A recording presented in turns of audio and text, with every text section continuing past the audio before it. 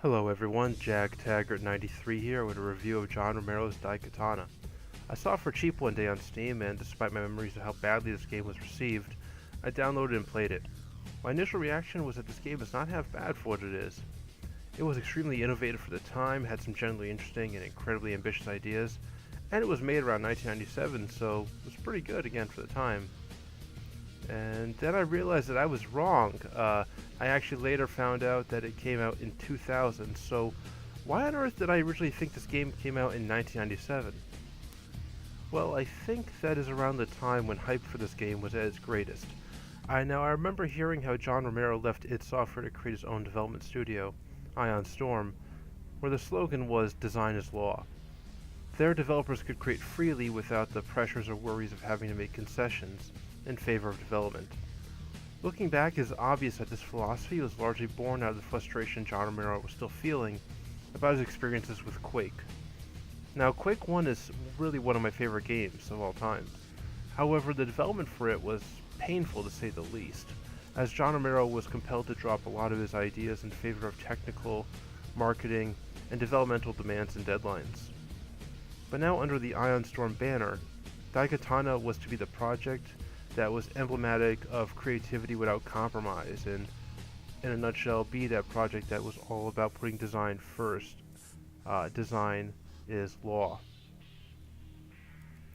And that idea, design is law, is really, in my opinion, the reason why this game is so flawed, both then and even today.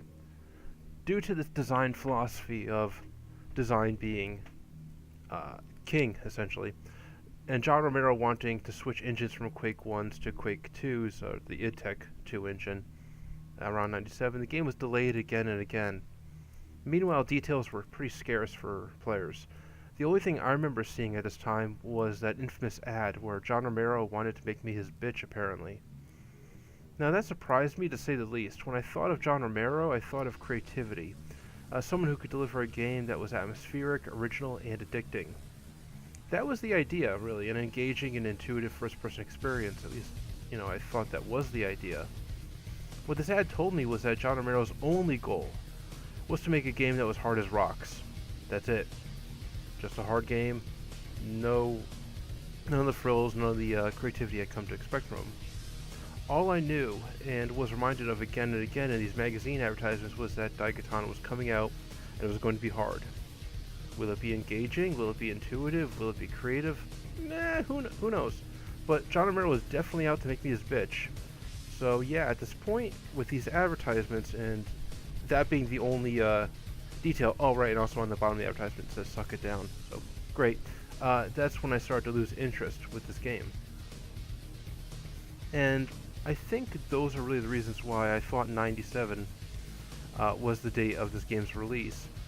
You see, during and after 97, there was a slew of other great first-person shooters that occupied my attention, like Quake 2, Hexen 2, a year later Half-Life, Alien vs. Predator, and so many more.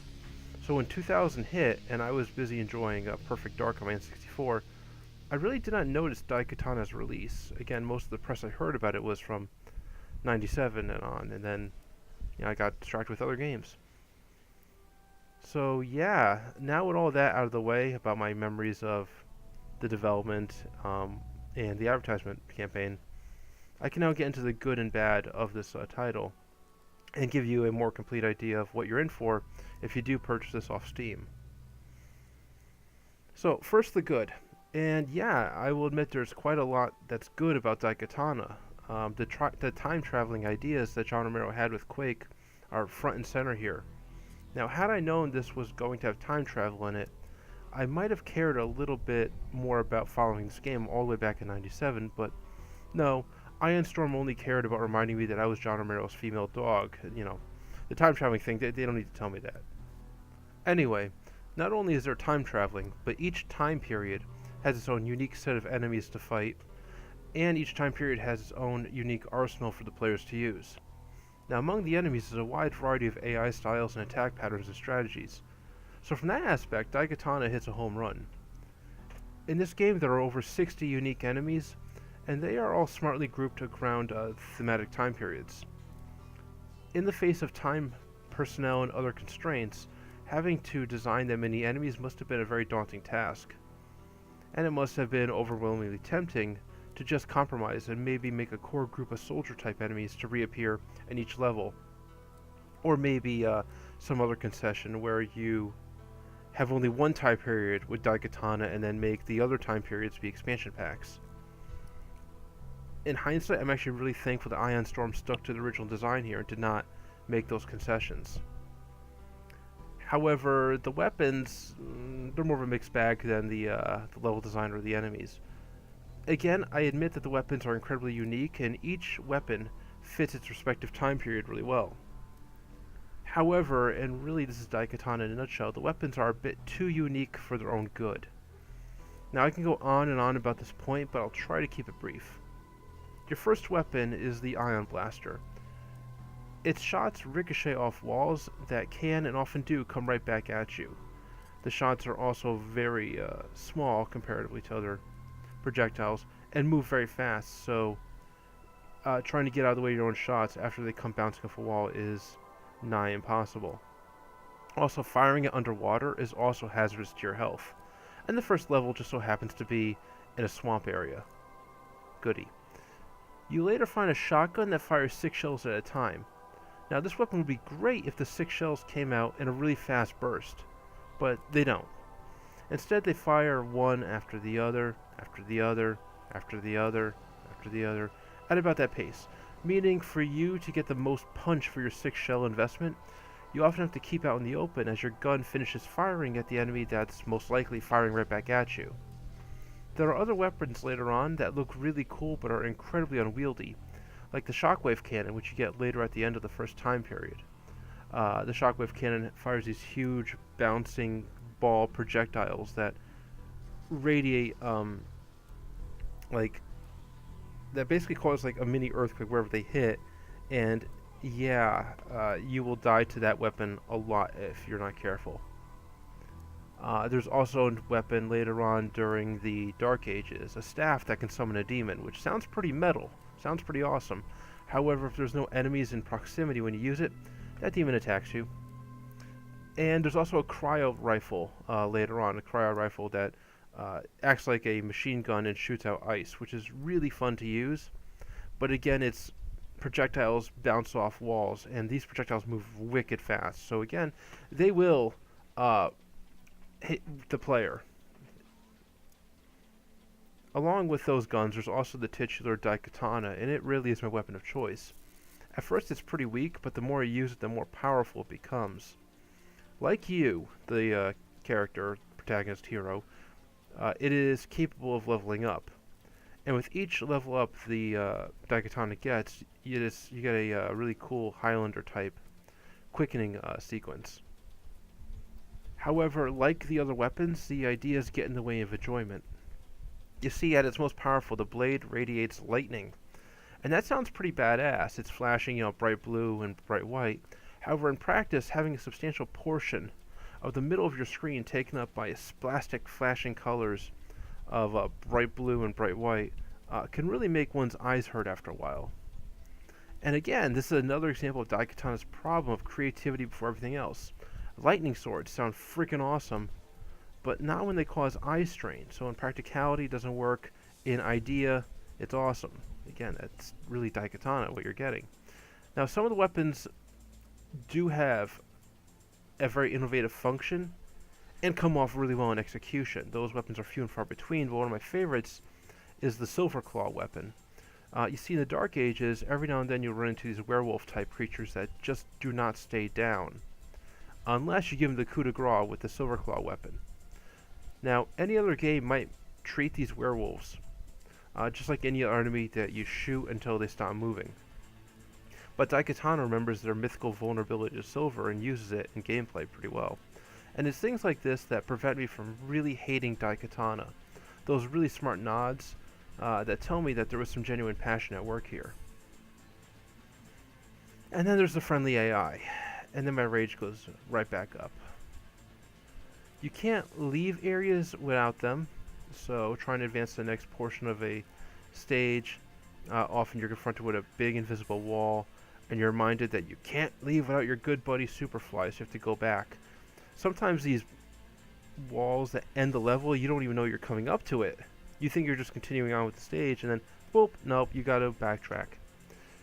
It's a real chore to guide them throughout the level as well.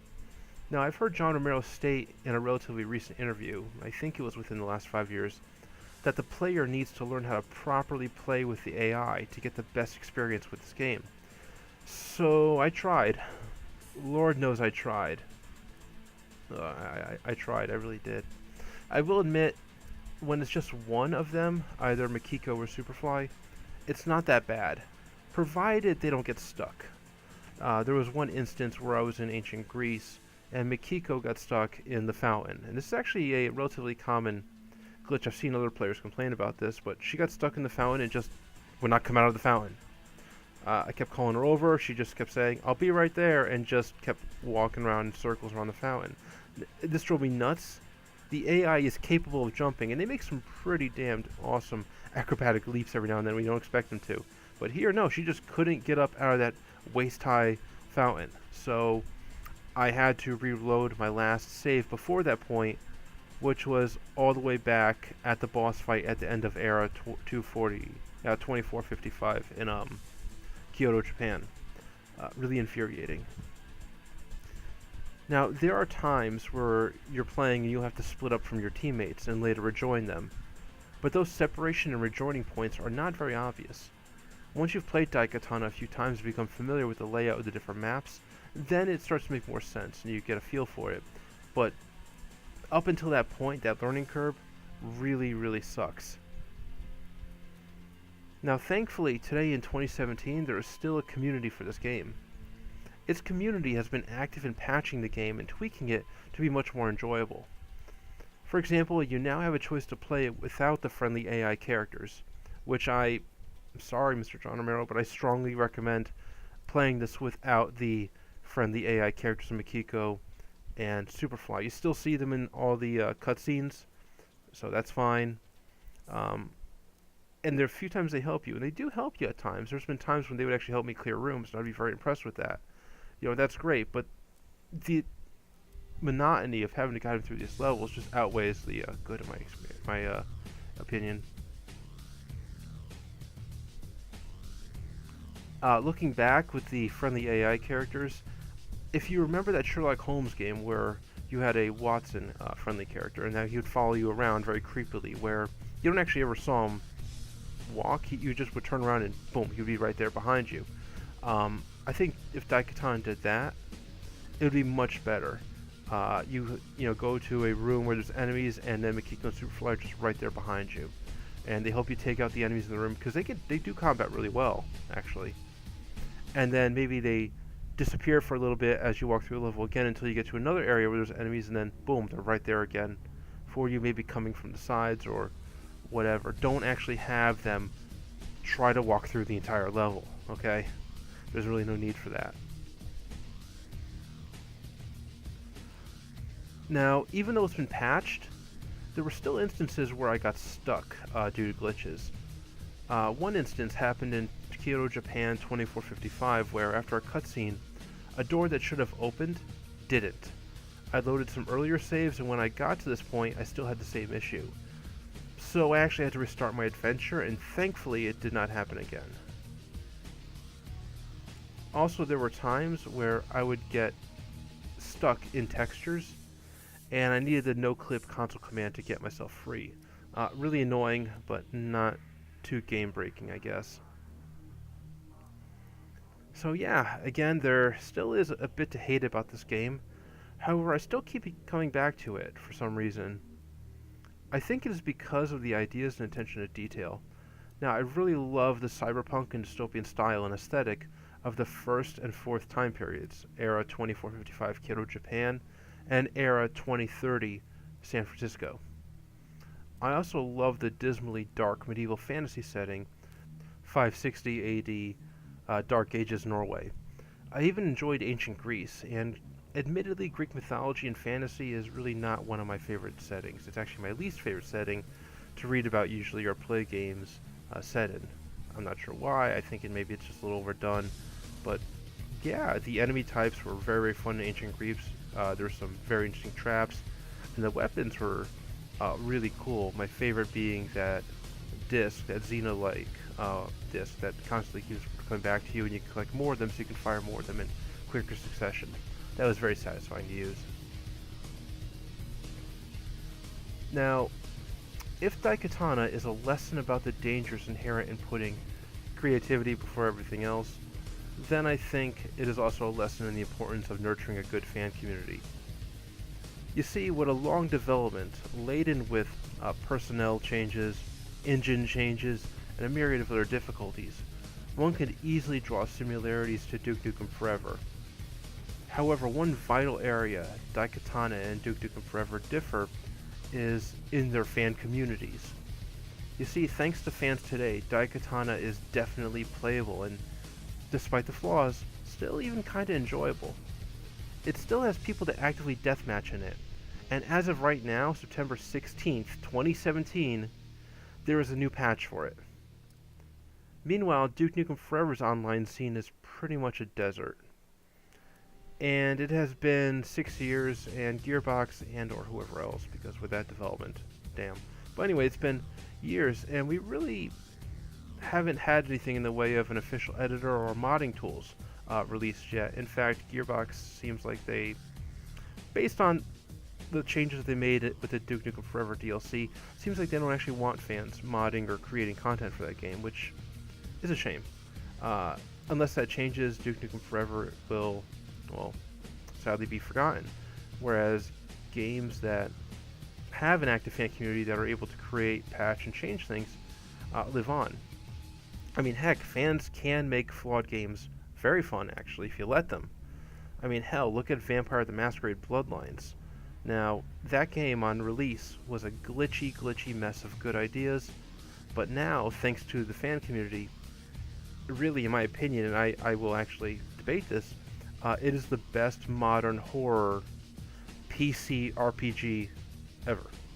Really. When it comes to modern contemporary horror games that are role-playing games on the PC, can't think of any more that are more immersive than Vampire the Masquerade Bloodlines, and again, that's because of the fan community. So, I apologize for that little tangent there, but that's really all I have to say about Daikatana. Thanks to the fans, Daikatana today is a worthwhile purchase. It still has some flaws, so if you save often, that shouldn't be too big of a problem. And again, you can thank the fans for that. Originally, there were save gems, so you can only save a certain amount of times during the game. You can turn that off, so now you can save whenever you want. And whenever you get a really cool-looking weapon, save before firing, because you don't know what's going to come out of it. It'll look cool no matter what it is, but you don't know if it'll blow up in your face. So yeah, save often and don't take it too seriously. And you might have some fun picking up Daikatana. Definitely recommended purchase right now on Steam. And thank you all for watching. This is Jag Taggart 93 signing out. Have a good one.